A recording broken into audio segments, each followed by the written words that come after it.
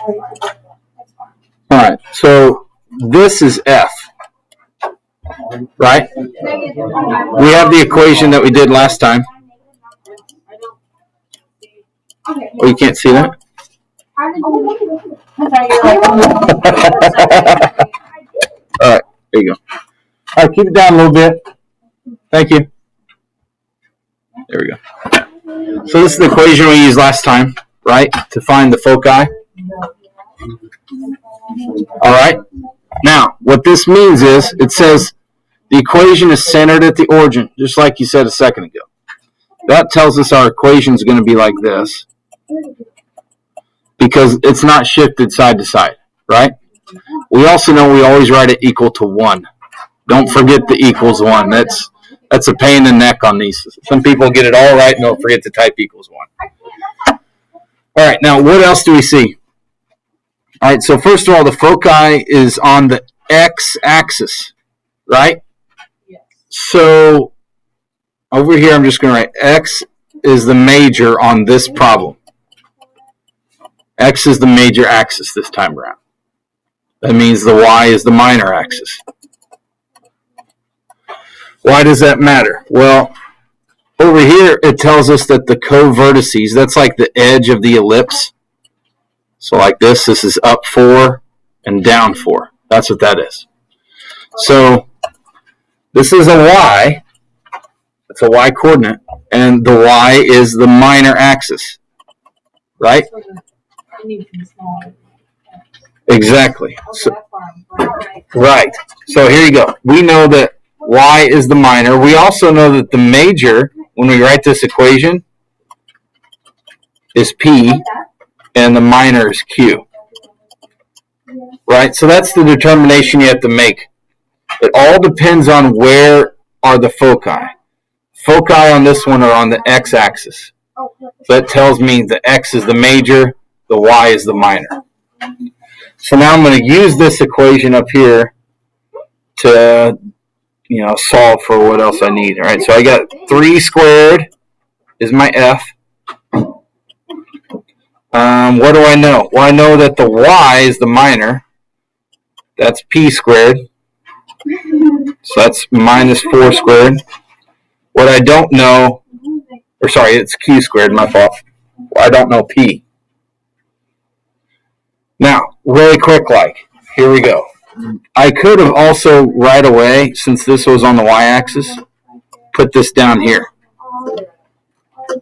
Right, the 16 part you said a second ago was right. The problem is now what's p squared? We don't know that. So this is 9 equals p squared minus 16. I'm going to add 16. Yeah, it's 25.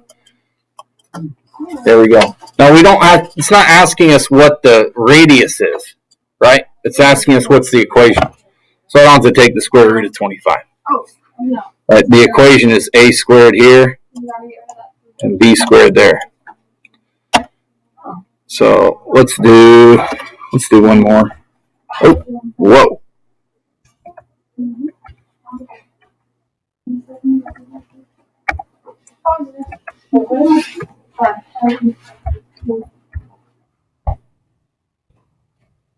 Equals 1. Don't forget the equals 1.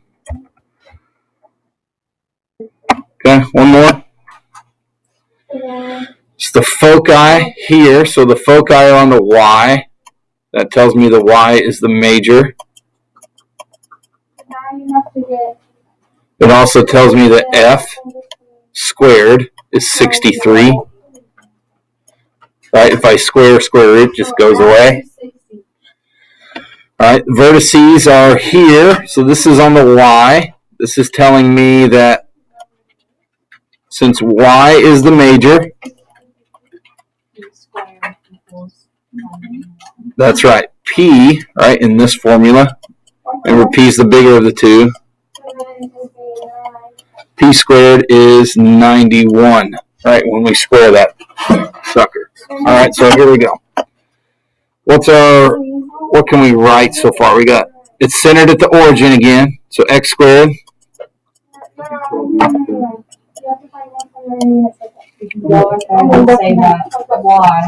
Yep.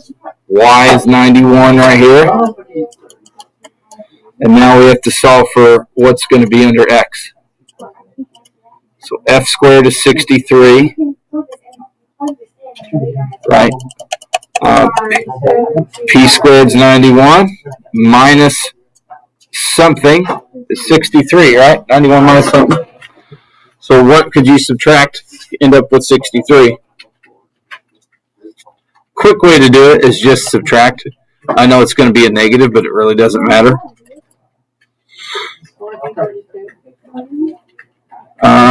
Not quite.